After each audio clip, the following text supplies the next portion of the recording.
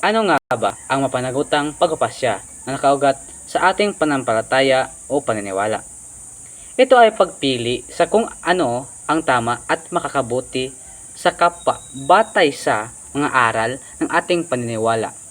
Hindi lang ito ginagawa sa loob ng simbahan o tahanan, kundi sa bawat aksyon at desisyon natin sa pang-araw-araw na buhay. Bakit kasama nito ang digital na reaksyon? Dahil ang bawat like, comment at share o reaksyon natin online ay may tunay na epekto sa damdamin at buhay ng ibang tao. Ang panampalataya ay nakita rin sa ating asal sa internet. Bawat desisyon natin sa online man o sa totoong buhay ay may epekto sa kapwa. Paano nga ba natin maipakita ang isang mapanagutang pagpapasya batay sa ating pananampalataya? Sa araw-araw na Ay, balik.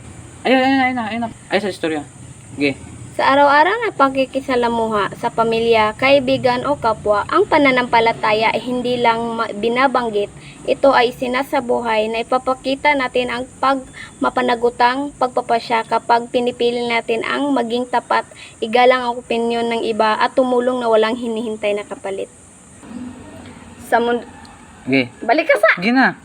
Balik ka ba? Mo na. Okay. Okay. Sa mundo naman ng social media, ang ating Pananampalataya. Sa mundo naman ng social media, ang ating pananampalataya ang nagsisilbing preno. Bago mag-post, mag-comment o mag-share ng impormasyon, itanong sa sarili, makatao ba ito? Ikatotohanan ba ito? Nagpapakita ba ito ng kabutihan?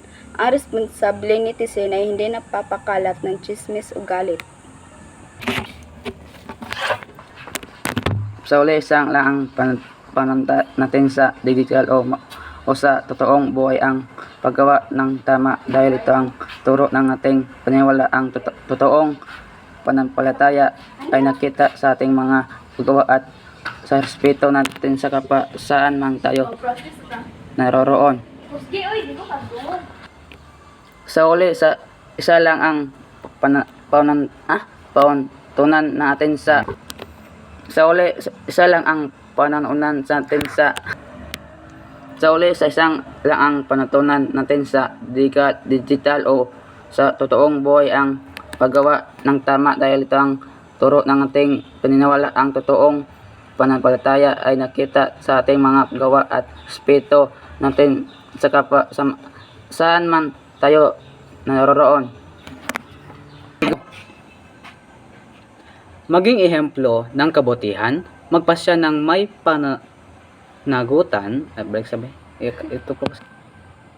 Maging ehemplo ng kabutihan, magpasya ng may pananagutan.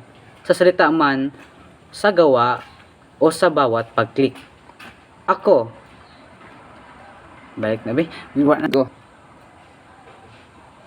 Maging ehemplo ng kabutihan, magpasya ng may pananagutan. Sa mga maging ehemplo ng kabutihan, magpasya ng may pananagutan sa salita man, sa gawa o sa bawat pag-click. Okay na pa.